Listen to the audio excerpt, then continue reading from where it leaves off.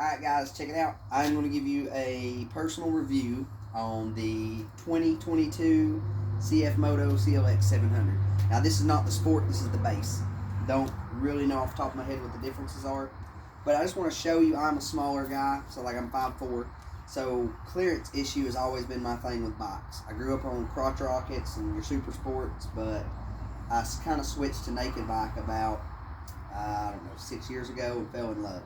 So I had a street triple before this, and the seat set pretty high. So I just want to give you an illustration of this 50cc scooter, my clearance, so you'll see what I'm talking about. So sitting in this in the riding position, you can see, like, come over here so they can see the side of my foot. You can see that I am not flat-footed, like legit. So this is to give you an idea of where this bike sits. It's a very low seat clearance. So if I'm standing straight up, this is it straight up. I'm almost completely flat-footed. So I'm very impressed with that. That being said, you come over here, I'll show you, we're sitting at, right here says 165.5. So I've had it for exactly 24 hours. So that's where I'm at. It's like a 2-gallon tank. It legit at $4.72 cost me $9.80 to fill it up, so it's not bad. What I don't like is personally the seat. The seat sucks. Okay, so if you guys are thinking about getting one of these, wait until Corbin comes out with something or somebody else, because the seat is rough on shorter guys. Okay, I know it's probably my seating position because again, short legs, short arms. So just keep that in mind. Also, one thing else I want to show you that he didn't really walk me through. Come over here and let me show them this. On this here is with your Eco and your Sport. So here is the Eco mode. It actually changes your red line. Okay, I didn't know that. I've been cruising around on Eco mode, getting run over by people. I had no clue. Switch it to Sport. You get the full horsepower is the only thing he described to me. I didn't know it changed your red line. So there's that. Again, I had crotch rockets. This is a twin cylinder.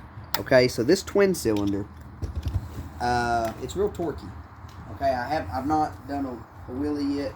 I'm still getting rid of the chicken stripes, but curves are absolutely amazing. This thing was born for curves.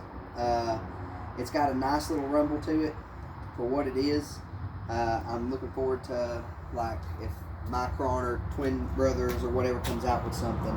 I'm not a big fan of the M4, so I'm hoping somebody else will come out with something, but it's got a nice little rumble.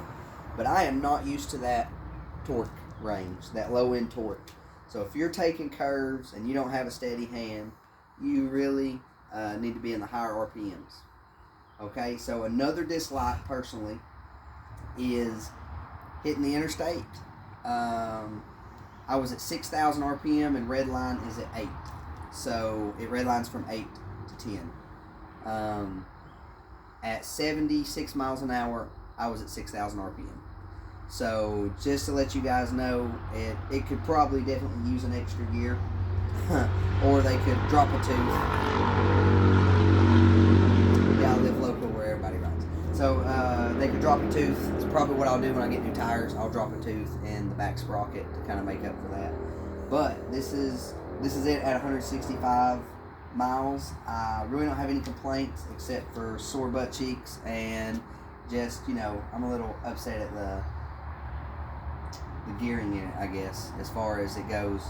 You know, running. I don't really want to run it that way. But other than that, if you got any questions or comments, let me know, and I'll give you the best review I know how to give.